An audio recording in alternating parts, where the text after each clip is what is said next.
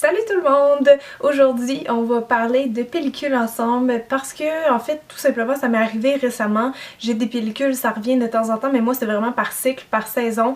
Et j'ai voulu en savoir plus, pourquoi j'avais ça, puis surtout m'en débarrasser, hein, parce que c'est un petit peu embêtant des fois avoir des pellicules. Je suis sûre que ça vous est déjà arrivé, vite un matin avant de partir, vous regardez dans un miroir à la lumière naturelle, puis là, vous voyez des petits points blancs qui commencent à tomber. Puis plus vous les peignez, plus ça tombe, donc c'est vraiment comme un cercle vicieux. Donc j'ai fait des petites recherches pour vous, puis aujourd'hui je vous propose 2 recettes maison super faciles pour vous débarrasser des pellicules. Mais juste avant de passer aux recettes, j'aimerais ça vous parler un petit peu de c'est quoi des pellicules. Vous savez, j'ai toujours une partie théorie avant, c'est pas pour rien. Je pense que si vous voulez vraiment réussir à soigner vos pellicules, il faut que vous compreniez c'est quoi une pellicule au fond. Donc je vais commencer avec les raisons pourquoi vous pouvez avoir des pellicules. Premièrement, il faut savoir que c'est tout à fait normal, c'est pas parce que vous êtes malpropre ou toutes sortes d'idées farfelues que les gens ont en tête. En fait, les pellicules, ça touche presque tout le monde au moins une fois dans sa vie. Puis je vous dirais qu'il y a au moins 60-70% de la population qui a des problèmes récurrents avec les pellicules. Donc c'est tout à fait normal, c'est comme des peaux mortes qui se détachent de votre cuir chevelu, il peut se passer la même chose au niveau de la peau, on le sait. Donc jusqu'à là, rien de grave, la seule chose c'est qu'il faut les traiter rapidement, sinon là le problème peut dégénérer. Il y a une cause qui est très fréquente des pellicules, en fait c'est plus ou moins des vraies pellicules, c'est quand vous faites un shampoing et que vous rincez mal vos cheveux, ça peut laisser comme des petits dépôts qui vont ressembler à des pellicules, mais en fait c'est plus des dépôts de shampoing. Une autre des raisons, ça peut être le stress. Personnellement, je peux vous dire que quand j'ai des grosses périodes stressantes, il y a vraiment un gros déséquilibre qui se passe au niveau de mes cheveux, ils vont devenir gras ou ils vont faire des pellicules, toutes sortes de choses comme ça. Donc ça peut être aussi une cause. Une autre cause à faire attention dans la salle de bain, c'est de prendre de l'eau trop chaude. Quand vous prenez des douches bouillantes, c'est pas bon parce que ça assèche le cheveu puis ça pourrait créer aussi des pellicules. La dernière raison, c'est une raison qui est assez fréquente et dans mon cas, c'est pour ça que j'ai des pellicules, je suis certaine à 100%, c'est les saisons, les changements de température et compagnie. Par exemple, ici, on est en plein hiver, en plein mois de janvier au Québec et il fait très froid, donc ça dessèche beaucoup la peau et les cheveux et c'est pas mieux quand on rentre à l'intérieur parce qu'on surchauffe, en fait on chauffe nos maisons, mais c'est sûr que ça vient vraiment assécher la peau et les cheveux aussi. Donc on s'en sort pas, on est vraiment desséché de partout l'hiver, en tout cas surtout au Québec. Donc c'est pour ça tantôt je vous disais mes pellicules, moi ça vient vraiment en cycle, ben voilà maintenant je sais que c'est vraiment associé aux saisons et c'est pas pour rien non plus que j'ai le cuir chevelu qui est vraiment sec et qui me gratte. J'ai pas mal souvent des démangeaisons dans la journée l'hiver, puis c'est à cause que mon cuir chevelu est complètement desséché et je le sais maintenant.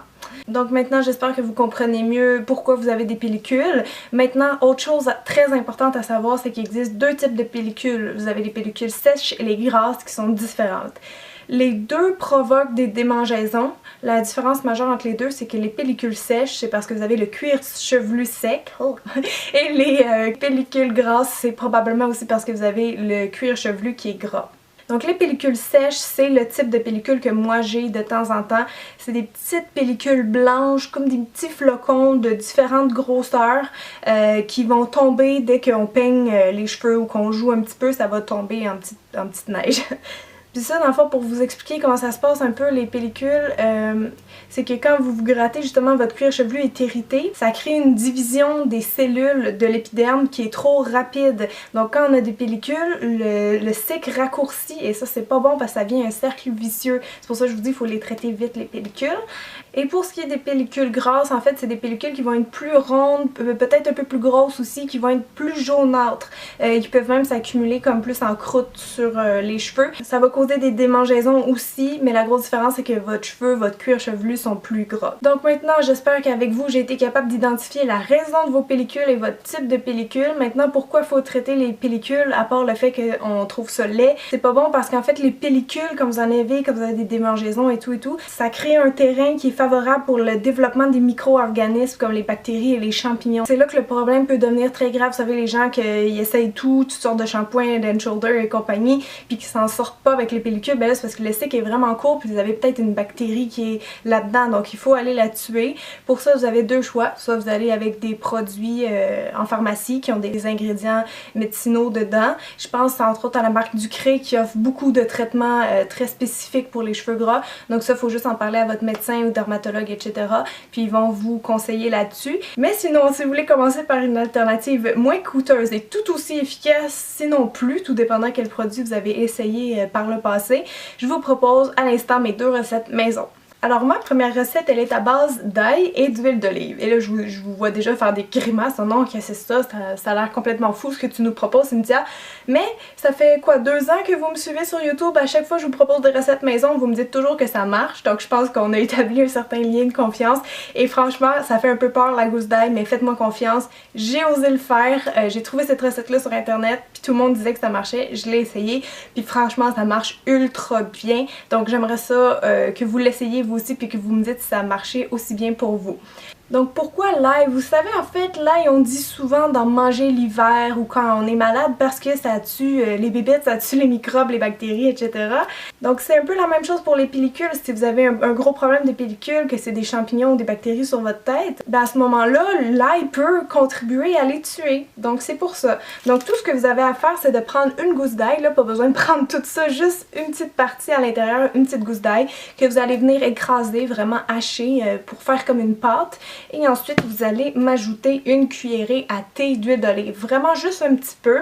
L'huile d'olive, on le sait, c'est super hydratant, nourrissant. Donc quand vous allez le mélanger avec l'ail et appliquer ça sur votre tête, ça va vraiment venir hydrater votre cuir chevelu. Si vous avez des pellicules grasses, vous n'êtes pas obligé de mettre l'huile d'olive, ça va peut-être être trop gras.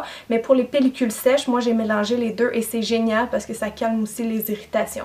Donc vous mélangez les deux ensemble dans un petit bol jusqu'à temps que ça fasse une pâte assez consistante et vous allez m'appliquer ça partout où vous avez des problèmes de pellicule et venir vraiment le masser pour le faire travailler dans le cuir chevelu pendant à peu près 10 minutes. Ensuite de ça, vous allez le laisser agir, le laisser poser 15 à 30 minutes et là je sais, vous allez me dire « Ah, ça doit tellement puer. Oui, ça pue. En plus, moi je déteste l'ail dans la vie, c'était vraiment horrible. Ce que je fais, c'est que je prends une pellicule plastique type Saran Wrap et je viens couvrir mes cheveux avec, comme ça non seulement ça vient comme emprisonner le traitement dans le cheveu, mais aussi ça sent un petit peu moins mauvais. Donc faites-le quand vous êtes tout seul chez vous, quand votre conjoint est pas là, parce que sinon ça se peut qu'il y ait une petite baisse d'intérêt pour vous temporaire dans le couple.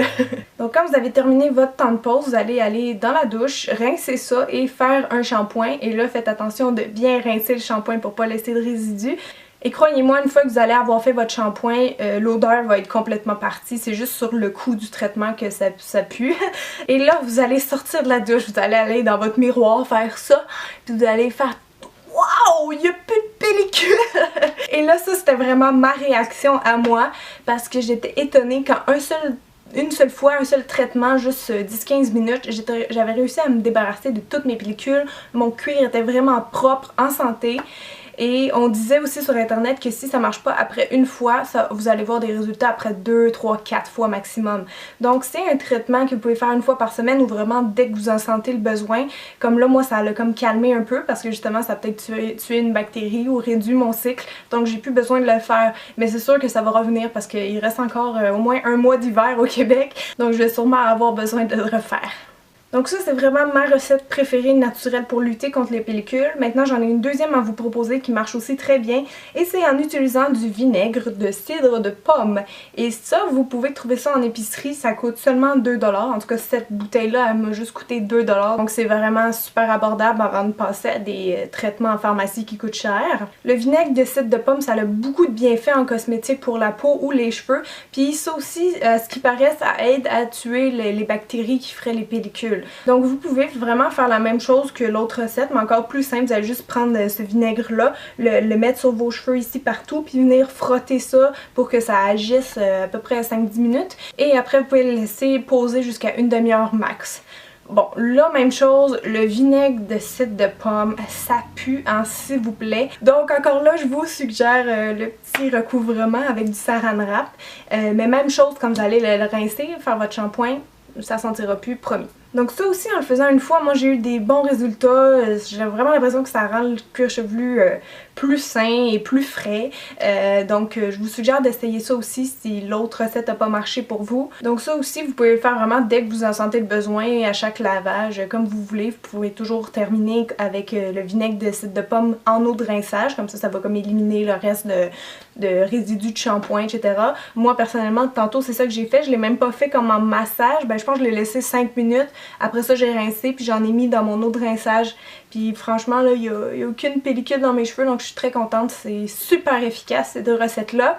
Alors voilà, c'était pas plus compliqué que ça. J'espère que ma vidéo vous a aidé. Si oui, n'hésitez pas à la partager sur les réseaux sociaux. Comme ça, on va aider le plus de gens possible parce que c'est vraiment simple. Puis j'ai hâte d'entendre vos commentaires si ça a marché aussi bien pour vous que pour moi.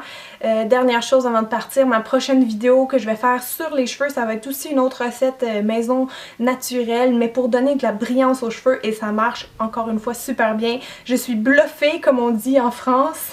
J'ai très hâte de vous partager ça. N'oubliez pas d'aller sur mon blog pour avoir plus de conseils et de photos concernant les pellicules. Donc en espérant vous avoir aidé, je vous embrasse puis je vous dis à très bientôt pour une prochaine vidéo sur ma chaîne. Bye tout le monde!